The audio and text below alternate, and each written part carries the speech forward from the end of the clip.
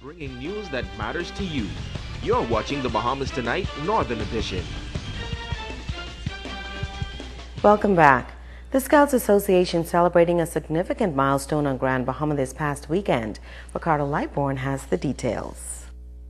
The Scouts Association of the Bahamas is celebrating 100 years of serving the youth of the Bahamas, and on Sunday, a parade from the First Baptist Church to Pro Cathedral of Christ the King Church.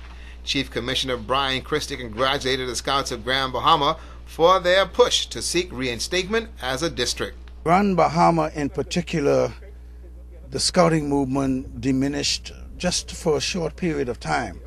Our criteria is that we have 8 as a minimum of functioning groups in any particular area of the Bahamas to obtain a district status. Grand Bahama has maintained a district status, and this is our 100th anniversary, so we're very grateful and proud of the fact that there are a minimum of 8 functioning groups in Grand Bahama. The development of young people to take their rightful place in society is the main focus of Scouts. Grand Bahama is heading in the right direction, and they are going so with a special announcement made by the Commissioner on Sunday. Mr. Reginald Dean will be appointed as District Commissioner for Scouts for the Grand Bahama District. And we are so proud of the work that he has been doing, and we look forward to him continuing in his effort to continue to build Scouts in Grand Bahama. Chief Scout Alexander Gibson said to all Scouts and Cub Scouts, continue to work hard in the footsteps of founder Robert Beeden Powell. And may the road continue to rise up to meet Scouts, and the sun be always at your back. The wind and the rain beat upon our faces. Ricardo Lightbourne, ZNS Network News. Thanks, Rick. Another corporate sponsor stepping up this afternoon to ensure that celebrations for the country's 40th anniversary of independence are no less than grand and spectacular. Co-chairman of the Grand Bahama Planning Committee, Peter Adderley, says Statoil has always demonstrated its commitment to the Grand Bahama community, and he's pleased to have the company on board. This is further evidence of the fact that Statoil remains committed to the development and growth of the island of Grand Bahama, and more than just talk, wanting to be a part of the communities they serve, they continue to demonstrate it in a very tangible way. These celebrations will prove exciting, and for that to materialize, it is the corporate citizens like Statoil who's come on board to make these celebrations possible. Operations Manager Kevin Stewart says they are donating more than a check. They also want to have a hands-on approach to the celebrations. Operator Perez Burrows says Statoil is proud to be a corporate sponsor and is encouraging everyone to take part in the celebrations. This is indeed an exciting time for Statoil South Riding Point. As we mentioned earlier, 40 is big, and young country is moving to another level, and we are extremely delighted to be a part of this.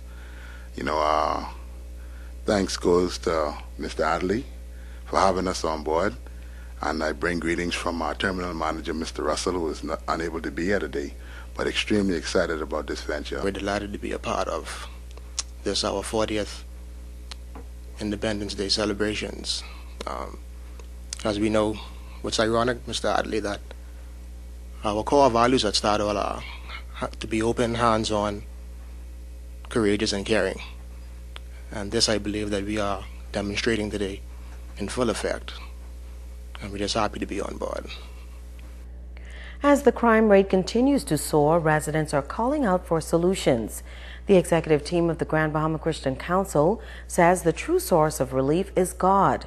This Thursday, they will be hosting a prayer vigil. Assistant Secretary Izetta Bain says there is an urgent need to pray for peace. Coordinator of Wailing Women, Udane Thompson, is urging pastors and residents alike to pull together for a positive turnaround.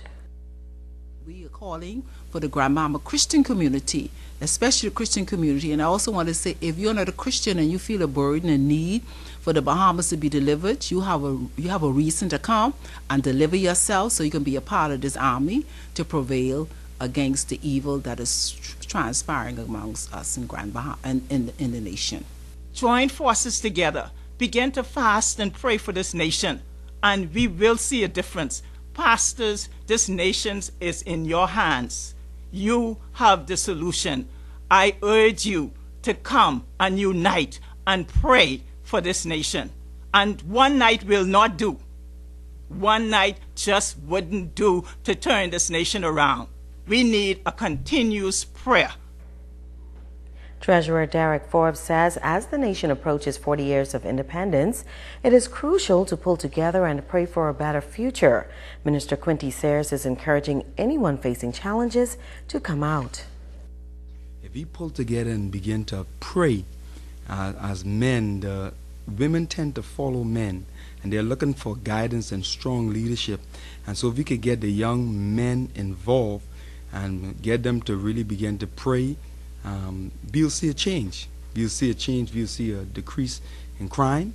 This is not just for pastors. It's not just for leaders in the community or maybe even in the churches. It's for all of us. Parents, bring your children out.